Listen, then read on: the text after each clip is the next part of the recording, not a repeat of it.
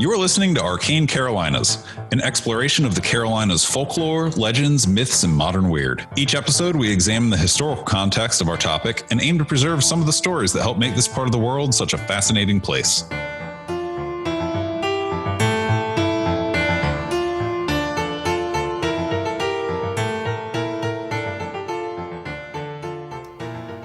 Hey y'all, Michael here. A couple of quick updates. I'll be teaching a workshop on genre blending and writing multi-genre stories at the North Carolina Writers Network Fall Conference in Greensboro on November 2nd. I'll also be speaking as part of a group presentation by the North Carolina chapter of Horror Writers Association at Orange County Public Library in Hillsborough, North Carolina on Saturday, November 9th. There will be links to both of those in the show notes, along with links to everything else that we have locked down as definite events, either for both of us or for one of us, and we'll clearly label them. Second, this episode is a revisiting for this show of a legend we discussed in an episode of the Beaufort County government's show Sea Island Spirits last year. I also want to note this episode is about a hurricane causing total devastation and inspiring a ghost story. Given how many people in our community have recently been devastated by a hurricane, I want to point that out right here at the beginning as a content warning. I want you to have the chance to skip this episode if that's a topic you would rather not regard as entertainment right now. Believe me, we will not be offended. It's important to us that you be able to enjoy the show without us re-inflicting trauma. And there are many, many traumatized people out there right now. As a reminder, for the rest of 2024, I will be donating all my royalties from Arcane Carolinas Volume 2 to organizations providing direct assistance on the ground in the Carolinas after Hurricane Helene. There's a little delay between when Amazon calculates royalties and then delivers them, but as I donate that income, I'll also be posting the literal receipts on Facebook because I think it's very important when people say they are going to do something to benefit those who have been so harmed by events such as this, that they then follow through with transparency to demonstrate where the money they raised went. That's just me getting on my little soapbox about it, but it's important enough to me that I wanted to mention it. Charlie and I recorded this episode while we had a few minutes between sessions at a conference we both attended as part of our day jobs. It was a lot of fun to grab an empty conference room at the end of a hallway and do another recording in person. And this is one of my favorite legends from the Carolinas. So we hope you enjoy. Now we are recording. All right. Hello and welcome to Arcane Carolinas. Took me a second. What are we doing? We're doing Arcane Carolinas, right? Yes. Welcome to Arcane Carolinas. I'm your co-host, Charlie Bushaw. I am your other co-host, multi-award-winning novelist Michael G. Williams, and we are also, on the day that we recorded this, recording something for our other show, thus the confusion. It just took me a second. Got to let the gears grind a little bit. Yeah. We do. We shift gears a lot. Sometimes without a clutch. Indeed. Sometimes no clutches in sight. Sometimes clutches for me have not yet been invented. Before we start, I want to tell you the briefest of stories. Yeah. It's not anything that we could ever turn into an episode, so I figured now is a great time because TV is happening right now. Yep. It's about cryptozoology. Yep. I heard the most interesting little bit of cryptozoological folklore yesterday. I would love to hear it. I was listening on a drive to another podcast called New World Witchery. They talk a lot about folklore from North America and from different cultures within North America. They were talking about a piece of folklore that one of them said that they had read being associated with, as he put it, Mormon cultural areas in the United States. So parts of Idaho and Utah and places where there are a lot of members of the Church of Jesus Christ of Latter-day Saints, and there is specific folklore that people in that tradition have. Excellent. Can I jump in for a quick second? Yeah, go for it. Bit of folklore directly related to this. Mm-hmm. On 495, the DC Beltway. Mm-hmm. Have you ever seen the giant Mormon, I think it's called the Tabernacle? Temple. Yes. Yes. And somebody spray painted Surrender Dorothy because it looks like it's from Oz. I didn't know that. Somebody on an overpass spray painted Surrender Dorothy, and it's been painted over and then repainted several times. Good. The piece of folklore that I would like to repeat here that has to do with that Mormon area is my father, growing up, whenever we found ourselves on 495, he'd be like, oh, you got to see the castle from Oz. Yeah. I'd be like, it's coming up. It's coming up. And he says, you see that angel on the top? There's an angel with a trumpet on the very top, like on the top of the tip-toppy spire. I'm like, yeah. He goes, if you look close enough, there's a can of Coca-Cola jammed into the end of the trumpet. Is that at all true? Probably not at this point in time. I would think that something that thin aluminum, something made of that thin aluminum exposed for the decades that it's been in place, sure, it would rot away. Yeah. But the story that I always got as a kid was like, yeah, no, it's there. This construction worker was putting it together and boonk, put it in. And it made it. Wow.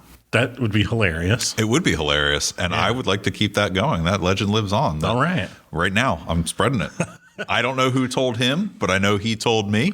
Yeah. And if you look close enough, maybe there's a little rusty half a can in there somewhere, or like maybe some marks. I don't know. That's funny. Huh.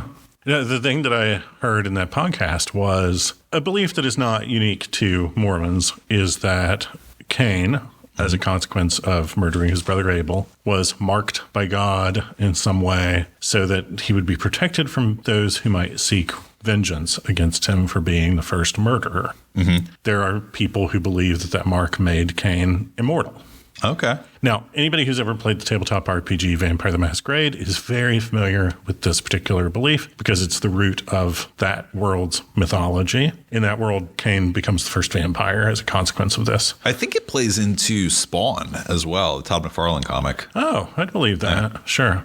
But apparently in Mormon cultural areas, a spin on this is that Cain wanders the earth. As he ages, he gets increasingly filthy and smells worse. Okay. And becomes this hairy beast man who speaks an ancient tongue almost unintelligibly. And thus, Sasquatch is Cain.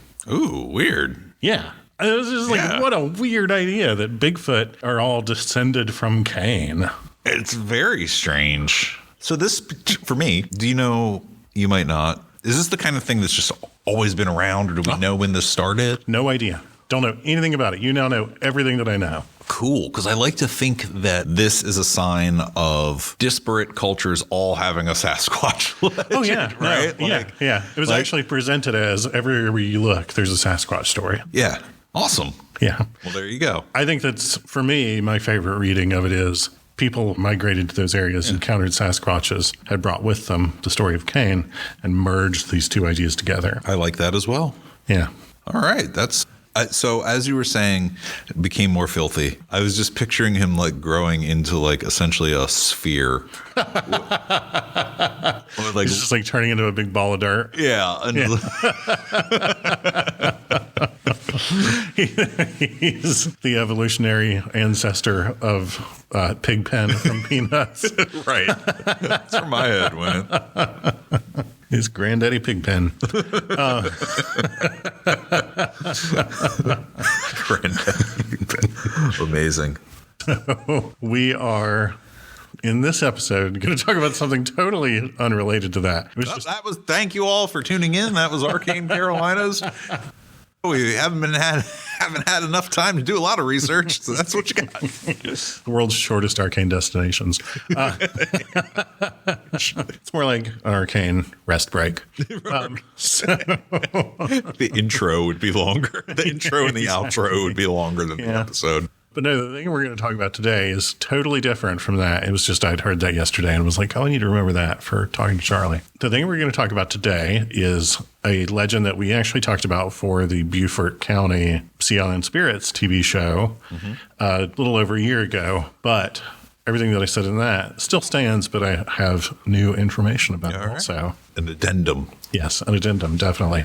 I would normally say, are you familiar with this legend? But obviously you are. Yes, I am. I don't know why that was my response. I don't know. As if. You did it as you were opening a bottle of water, and so I thought you were like making it sound as though it was carbonated. Yeah, I don't know. This is what happens when we do these things in person, folks. It gets weird. Yeah. They can't all be hits. Sometimes one person doesn't understand what the other person's doing. On Hilton Head Island in South Carolina, there is a lighthouse that is no longer in use, and it's known by a variety of names.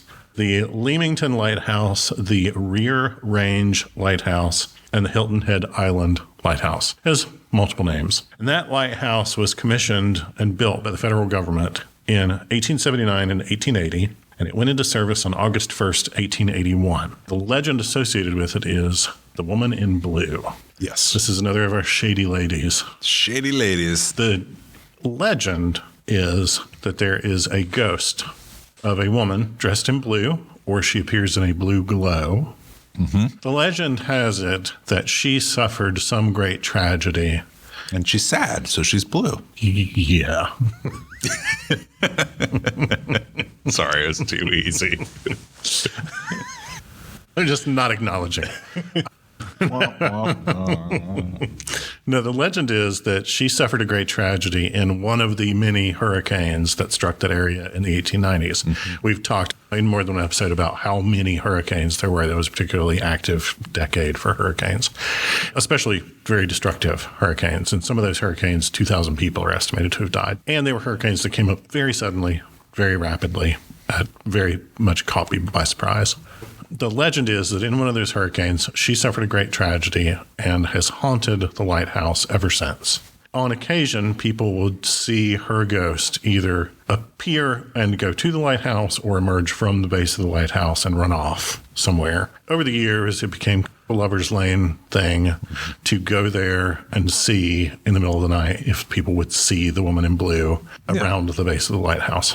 Now, the history part of it is that lighthouse was built, like I said, by the federal government in 1879 and 1880, and it went into service on August 1st, 1881. There had been a push to get a lighthouse in that part of Beaufort County since the 1850s, but that area was all plantations, and all the plantation owners wanted a lot of money for the land that they would need. The plantation owners tried to charge a ton of money, and the federal government just said, we're not going to pay that. Right. Nobody built the lighthouses. But by the 1870s, the whole plantation system had collapsed, and it was a lot easier to buy the land. Right. Land selling cheap. Indeed. Definitely a buyer's market. Leamington was the name of the plantation where this lighthouse was built. Okay. That name survives as the name of that neighborhood in Palmetto Dunes, which is a gated community. This lighthouse is now within that gated community and is considered a historical structure. People from the public can actually go to look at it. Even though it's in this gated community, they just have to stop at the gatehouse at the entrance to the neighborhood and ask for a guest pass. I'm here for the lighthouse. Yeah, exactly. And then it's a golf neighborhood, and so this is off of one of the holes of the golf course. So funny. It's very strange.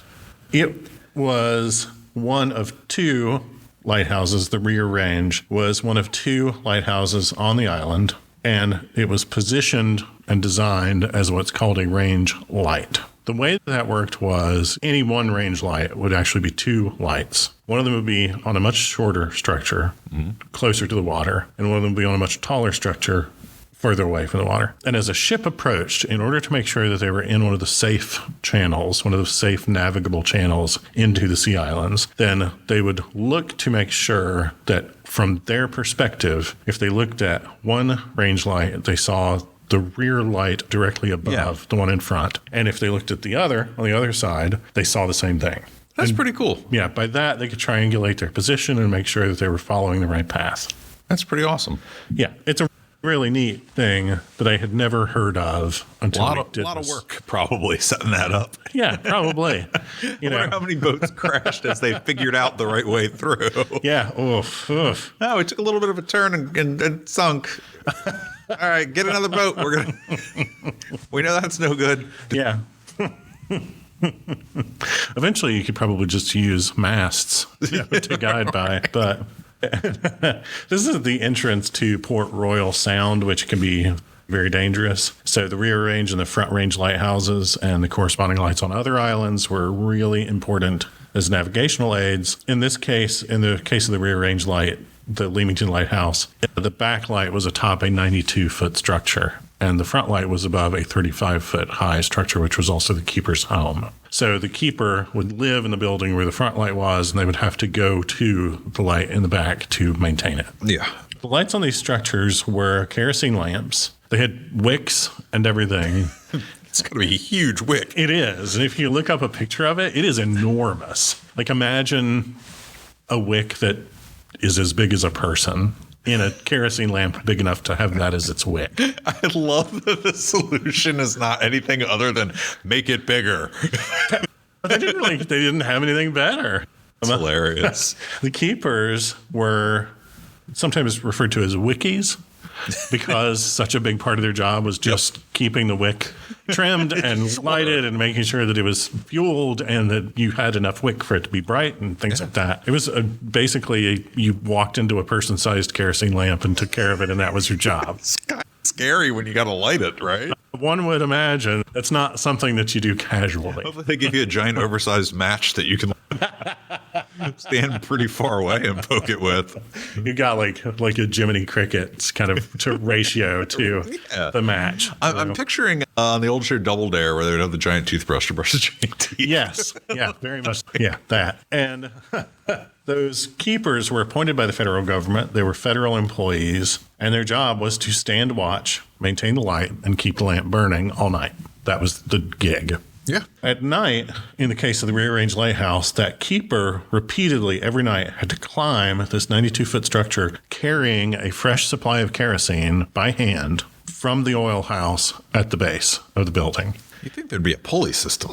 I would want there to be a pulley system. That would be my first question at the end of the interview when they say, do you have any questions for us? I would be like, so there's a pulley system here, right? And then they'd be like, no, you're going to get some major upper arm strength. I also choose to believe that they were carrying these in open top buckets at this point. Sorcerer's Apprentice style, just kerosene. Once you're working in a giant kerosene lamp, there's no particular reason to believe that they weren't. No, they just have a giant lamp with giant matches and giant buckets. Yeah. Just slopping around the kerosene everywhere. Wiki's going up in flame every other week. Gonna need another wiki. You have to pay really well or really poorly. I don't know, one or the other.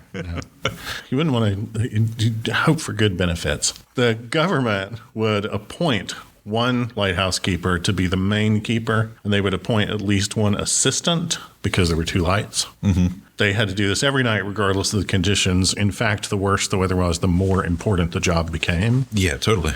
Different nearby lighthouse actually became a refuge for passengers on a passing ship when a hurricane came through at one point. The ship crashed and the passengers made it to shore, and then they had to come and climb into the lighthouse to use it as shelter from the storm, literally shelter from the storm inside it. Wow. So these lighthouses were also life-saving emergency stations. Mm-hmm. They were a really important part of keeping shipping and travel going along the coast. It's also a bit of a hobby that people have of traveling to see all these different lighthouses. Oh, yeah, right? Totally.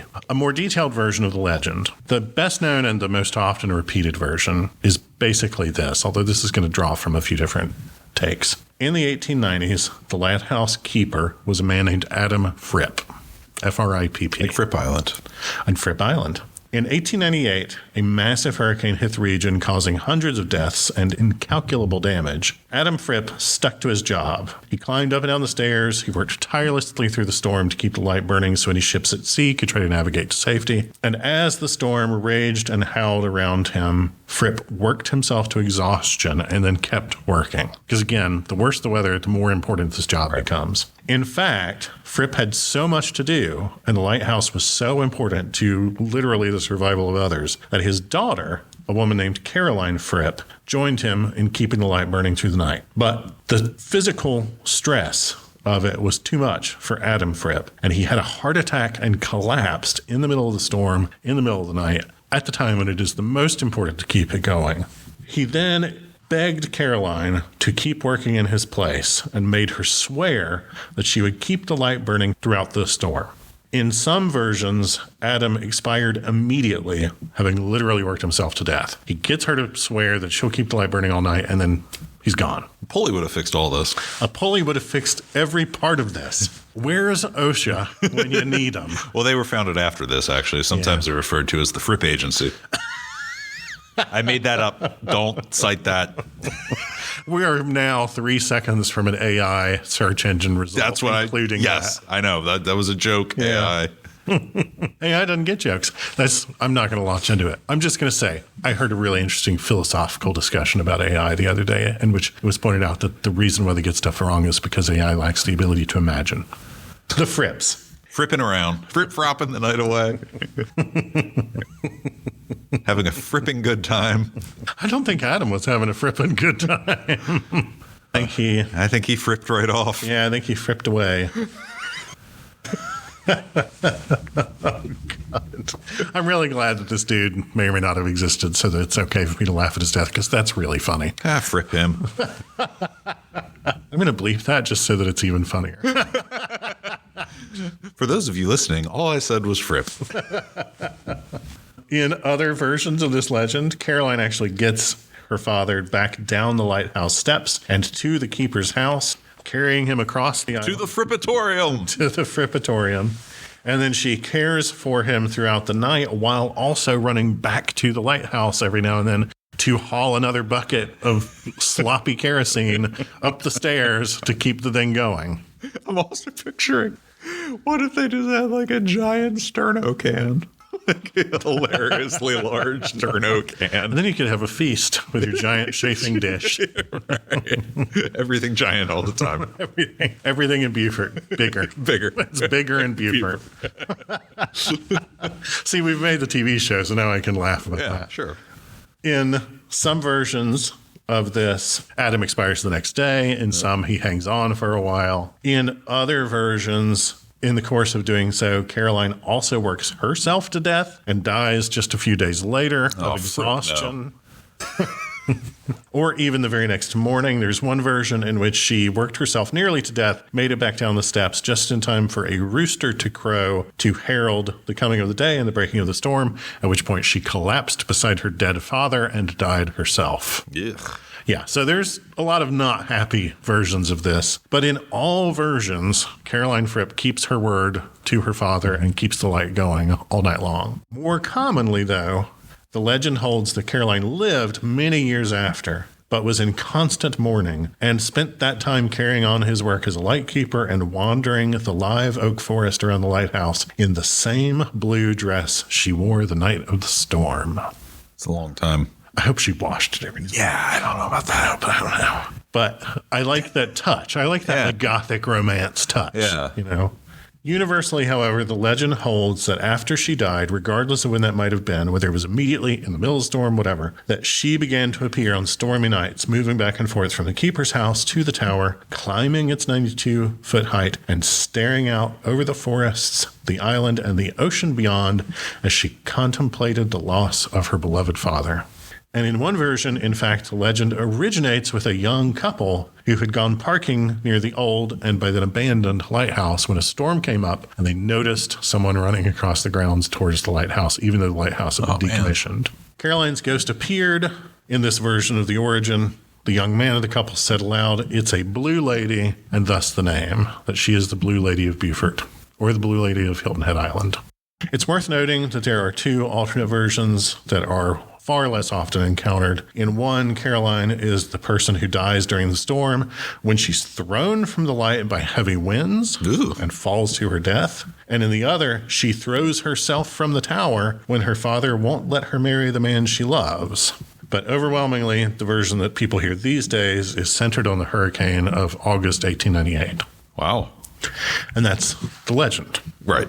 Now, there's a lot of Fripps. There's a lot of Fripps. There's literally an island named Fripp Island. Right. There are a ton of Fripps in this area. Yeah. It's a common name. Yeah. Can't throw a rock without hitting a Fripp. It's Fripps all the way down. So they say that they Fripp rocks across the pond. You know, I don't know. That was a reach. No, it was the best I could do spontaneously. It's like Smurfs, just everything's Fripp. Yeah, exactly. Yeah. Smurf that. I wonder if their families are like my family was, where even if you say the gentlest possible version of a swear, you get in trouble. It's the intent, Michael. Exactly. I cannot count the number of times as a child I heard, "We know what you really mean." I wonder if they would have Stinky Fripp or Papa Fripp. If each of them had a theme that was really central to their identity. Lighthouse Fripp. One day you'll be a Lighthouse Fripp. I'm going to have a heart attack and die, and you'll be the new Lighthouse Fripp. Oh, man. Frippette really had it rough. Yeah, I mean, she started as Frippette, but then, had to take over the family business. And your lighthouse keeper, Fripp. Your wiki Fripp. Wiki Fripp. There it is. That's the name, Fripp. Wiki Fripp. Wiki Fripp. My brain is very tired, and this is something that I really needed. The good news I'm frippy for you. Oh, thank you. I'm getting fripped up, though. The good news is that we have a ton of very specific details to work from. Yeah. We've got a year, we have 2 names, we have a uniquely historic location where all the staff are federal employees at a time when there's good record keeping. There's a lot to work with. They got books and everything. Yeah. For instance, there is a United States Lighthouse Society, a nonprofit organization of lighthouse enthusiasts, to speak to the thing you said of people like who go around looking at them. I have met some of these lighthouse enthusiasts. Indeed. It's a real vibe. I'm not going to explain the whole nature of the in-joke. I just want to know for any of my friends who listen that I did just think a true lighthouse enthusiast, such as myself, because of something somebody really dumb said one time. But members of the United States Lighthouse Society, they do things like visit lighthouses. They have their membership passport stamped. They're a lot like train spotters or bird watchers. Mm-hmm. Because there are almost no historic lighthouses left in South Carolina, the fact that the Leamington Lighthouse or the Rearranged Lighthouse, however you want to refer to it, has been preserved and was recently renovated and restored means that there is a fair amount of content out there about it. Also, because this involves a hurricane, and national weather data has been collected since 1849, there's even more historical record to draw from. The bad news is I can find 0 record of an Adam Fripp having been the lighthouse keeper at any point. That's because he was going by his given title of Lighthouse Fripp. Oh, yeah. You just searched it wrong. Right. Oh, okay. You got to look up Lighthouse Fripp. Got to look up wiki in the census records. Yeah. The website for the lighthouse itself, which is current and it is actively maintained, has a partial list of primary and assistant keepers throughout the life of the lighthouse's active use, and no one named Fripp, regardless of their first name, and no one named Adam, regardless of their last name, is listed. In fact, that site lists William H. Blanding as the lighthouse keeper from 1891 to 1899, thus the time in which the story is set. Looking a little further afield in historical records, my perfect scenario would have been to find Adam Fripp or Caroline Fripp in the 1890 census, which would put them in the right place to be on Hilton Head Island in 1898, but not find them in the 1900 census. But the 1890 census results were almost entirely destroyed by a fire in 1921. Which is actually what gave rise to calls for better organization and storage of vital national records, such as census results. And that's part of why census records are now available online. Yeah. If you look in the 1880 census, I don't find an Adam Fripp, which isn't necessarily damning, but it does at least fail to confirm the historical existence of this person. But the absence of evidence is not evidence of absence. Yeah. Interesting how many of the details don't line up in history with the story, because why would you put so many details in the story if none of them lined up? Right. Conversely, if I search for Caroline Fripp, the problem I have is that I find too many Caroline Fripps in that community. Well, it's like the Smurfs. They all have the same name. True. They're all just a Wiki Fripp waiting to happen. Yep. They're all Frippette until they get their job. Yep. And then they're job Fripp. Yeah. Caroline Frippette Fripp. None of those Caroline Fripps is exactly what I would expect to be the right age, but none of them are way off from that either. So there's nothing there that particularly removes her from history. In fact, here's the thing. The Lighthouse website lists specific people as having been the primary and assistant lighthouse keepers during specific years, and a different lighthouse enthusiasts site, because there are multiple, mentions explicitly that the lighthouse's records never list an Adam Fripp as a keeper. Also, maybe particularly damning of the details of this legend, the best known use of the name Fripp is, like we said, Fripp Island, where there are other lights, other range lights in this network of range light lighthouses, which kind of suggests that there's been this muddying of the names in the tale by different factors. Yeah, I actually think that plays in the story's favor at this point. Yeah. Mm-hmm. So do I. Yeah. And I think that instead of it saying that it's impossible, it says, well, things just got mixed around. It's all next to each other. Right. And we're left with this one. So, of course, the story gets attached to that one. Yeah. Yeah. Brilliant. The U.S. Census. I got to stop doing that. The U.S. Census from 1880 and from 1900 both list more people as lighthouse keepers. However, because in the census records, you can see somebody's job that they listed. Mm-hmm. They list more lighthouse keepers than the lighthouse website lists having been keepers. For instance, there is somebody named Robert A. Sisson. He was the lighthouse keeper from 1879 to 1890, which is not the same range, but it's a useful data point. Sisson is there in the 1880 census as a lighthouse keeper, no problem. But in the 1900 census, 10 years after he was no longer the primary keeper, he is only in his 50s, and he is still listed with the occupation lighthouse keeper.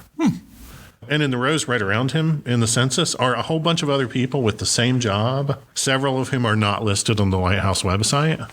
Yeah. So I think, for instance, maybe Sisson had a brother living nearby who worked as a lighthouse keeper and a son who worked as a lighthouse keeper and was, in fact, the primary keeper in later years, according to the lighthouse website. And another man with another name entirely is listed as a lighthouse keeper. So the list on the lighthouse website at this point has to be assumed to not be exhaustive. It's listing some of the lighthouse keepers, not all of them.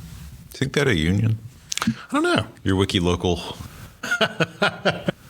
If only they could lobby for pulleys. I'm going to say this, and Glenn is going to be really proud of me, and I'm going to be really ashamed of myself.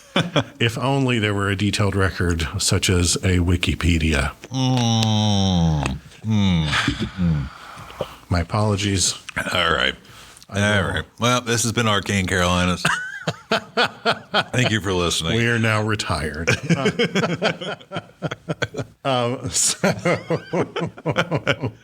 Joke's on you. We're back. And there will be more bad jokes. There are a bunch of range lights and a bunch of lighthouses in the area, and they were designed to be a network, but they were also arduous to get to and to travel between. It wasn't like two brothers would live next door to each other and be lighthouse keepers, but for different lighthouses. Mm-hmm. Next door to Sisson at the time, there is a family named Fripp, literally listed next door. Sisson was number 386 in order of visitation by the census taker in that census. Mm-hmm. His brother is 387. Number 388 is Richard Fripp, with the listed occupation being boat builder.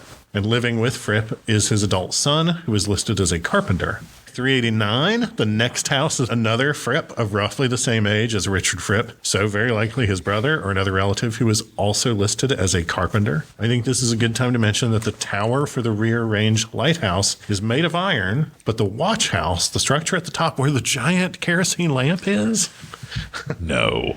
It's made of wood. Yay! Complete with wooden shingles.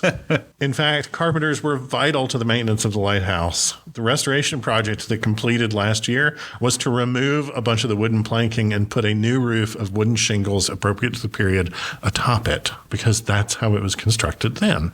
None of this confirms that Adam Fripp lived in this place or had anything to do with the lighthouse, but another interesting point is that the brother living in the 389th house visited by the census taker working in that area in 1900 had a name that has been obscured over time, partly due to the penmanship of that era and partly due to a bunch of corrections having been made later by somebody writing by hand over parts of the record, like literally the book that census taker was carrying. The Fripp family in question featured men with somewhat unusual names for the time, such as a carpenter's son named Milan. Hammer Fripp. Hammer Fripp. The earliest version of this story that I could find pre-internet was from South Carolina Ghosts from the Coast to the Mountains by Nancy Roberts, published in 1983. But what I suspect is that the name Adam was manufactured by Nancy Roberts, who we know occasionally embroidered stories. Roberts made some things up. Or it was manufactured by whoever told her the story. Sure, just like that can of Coke. Yeah, right. Because the name of the Fripp in question was lost to memory or too difficult for people to relate in the first place. A is the first letter of the alphabet, so you just, you know what, we'll just start at the top. Adam is the first man, quote unquote. We'll just start at the top. So much like the name of the page, I feel like it maybe got blurred into Adam as the story got passed down, or specifically as Nancy Roberts chose to pass it down to us. But also, regardless of the question of whether Adam or Caroline Fripp was a person confirmed in history, I think this story preserved and relates something very important to the place and time, which is that these lighthouses were absolutely vital to life on the coast in the second half of the 19th and the first half of the 20th centuries. Specifically, the story is a great way to preserve the story of the devastation that was experienced. Yeah. The job of the lighthouse keeper was physically exhausting and vitally important. To death. To death. People really did have to run up and down that 92-foot tower's inner staircase multiple times a night to keep the light burning. It really did get even harder the more important that it became. So I think that this encodes a lot of stuff. An important weather event. The conventional wisdom is that this particular part of South Carolina's coast is hurricane-proof due to the shape of the landscape. But clearly, it has not been. The Sea Islands, and particularly the area around Beaufort, such as Hilton Head and Beaufort itself, and Hunting Island and Fripp Island and all those places, they saw more hurricanes in one 11-year time span, including this era, than it has in all the years since put together. That's wild. I wonder what was going on. The story, I think, is also a way to talk about what a remote location this was at the time. Until the bridge to Hilton Head was built in the 1950s, 1950s, this region was almost entirely Gullah families and communities isolated from the mainland, almost entirely self-sufficient in every way, with a handful of white people and non-Gullah black people and other ethnicities present. I think we talk about that in the Ghost Lovers of Fripp Island story a little bit. Totally, yeah. It also, I think, reflects the devastation of the coast and of the traditional Gullah rice farming and other business models, because the Great Sea Island Hurricane of 1893, for instance, produced a storm surge of 20 feet. That's nuts. Yeah. That series of hurricanes, one after another, over a decade, really impacted Gullah communities on Hilton Head Island and on other sea islands in the region. I couldn't find any specific record of Adam or Caroline Fripp, but I found plenty of Fripp families living literally next to the lighthouse. Regardless of their relationship to the lighthouse, these storms would have turned their lives upside down completely. Yeah. So I say, even if Adam and Caroline were mere stand-ins in the narrative we have today, real people absolutely did lose everything, including loved ones, and so there would be no shortage of candidates to haunt this location after something like that. I also think it's worth pointing out that Nancy Roberts' version is so embroidered that she even in the story has a little dog, and the dog has a name. Like, Nancy Roberts basically writes a novella of this story of Caroline Fripp and her father Adam. And if you like Nancy Roberts, that's fine. She's just not. We do very different things. Yeah, exactly. I really enjoy reading her version of it. Yeah. I just go into it assuming that no part of it is history. Right. There's plenty of stuff I enjoy reading that's fiction. So, to me, this was a really clear-cut case of probably the legend is representative of real things that happened without being a literal accounting. Yeah. That there's probably not a Caroline Fripp that can be pointed to as the Blue Lady. Well, there's a whole bunch of Caroline Fripps. About 6 months later, I was reading a book that I picked up off of eBay. Was it chock full of Fripp? It was chock full of Fripp. That's what they give out on Halloween. It's a local candy. It's called chock full of Fripp. No, what I found was a book called South Carolina Ghost Tales by Nell S. Graydon, Graydon. She has a version of the Blue Lady. It's very much in the storyteller tradition. She doesn't provide citations. She tells basically the most. Exactly, she tells the story. That book is actually from before Nancy Roberts' version. This book is from. Does it have a dog? It does not have a dog. There is no dog in Nancy Graydon's version. Was this book published? In ancient times. 1969. Days of yore.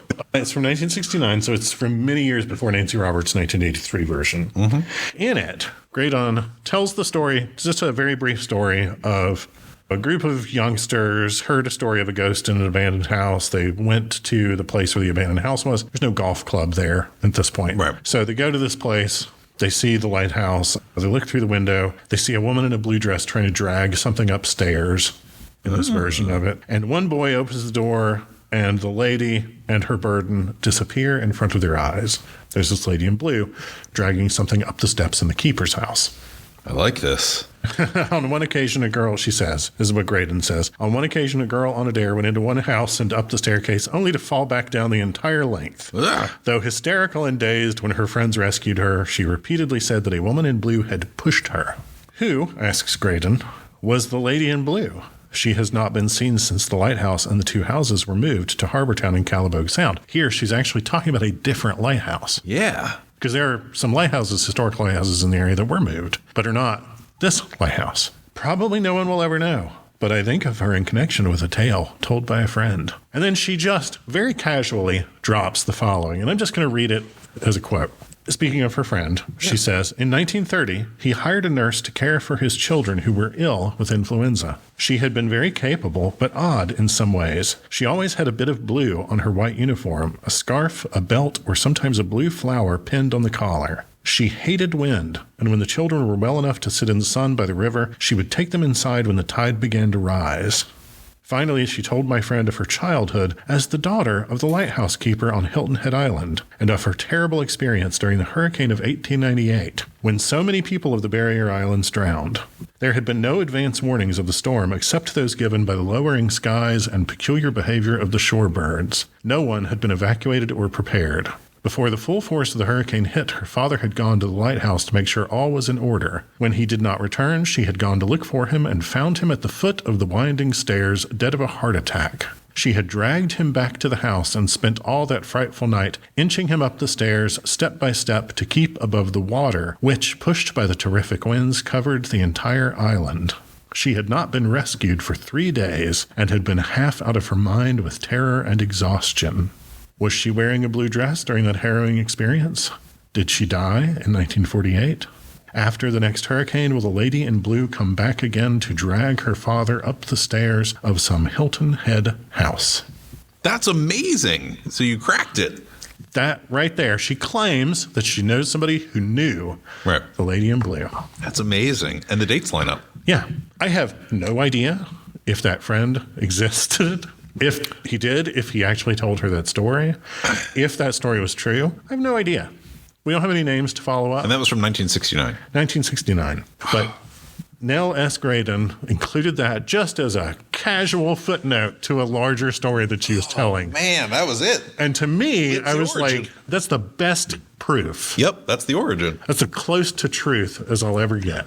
Well, in part because she doesn't push that as the point of the story. Right. She's just like, but I don't know. I knew a guy who said he knew a lady.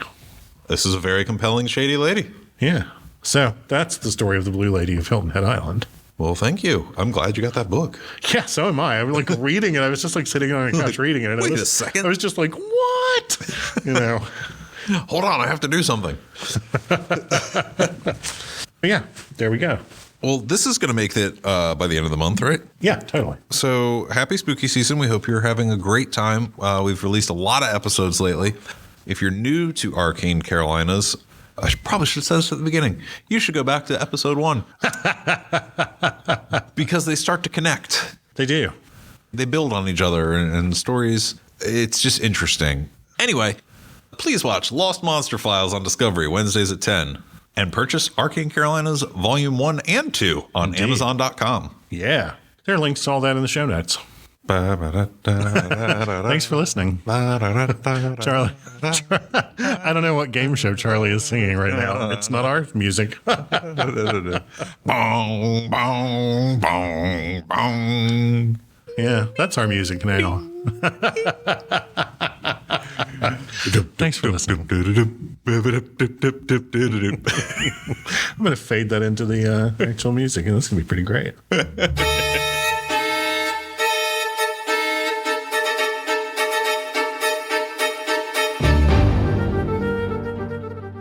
You've been listening to Arcane Carolinas. Thank you for listening. We hope you enjoyed it. For more episodes, behind-the-scenes information, and links to our social media, check out www.arcanecarolinas.com, where you can also buy the Arcane Carolinas book. And if you like award-winning horror and science fiction, check out my books at michaelgwilliamsbooks.com. And if you have story suggestions, comments, or questions, email us at arcanecarolinas@gmail.com. And thanks for listening.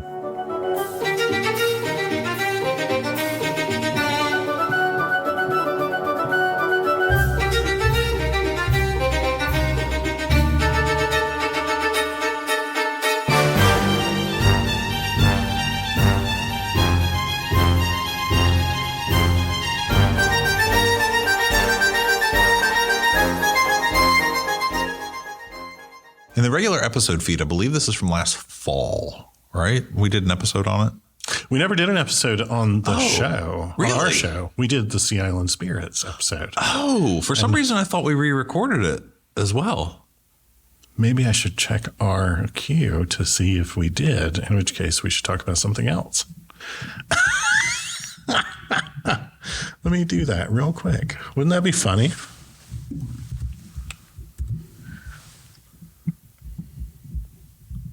Unrelated to anything that we're talking about, and cut it from the recording. I am really happy with this vampire Pez.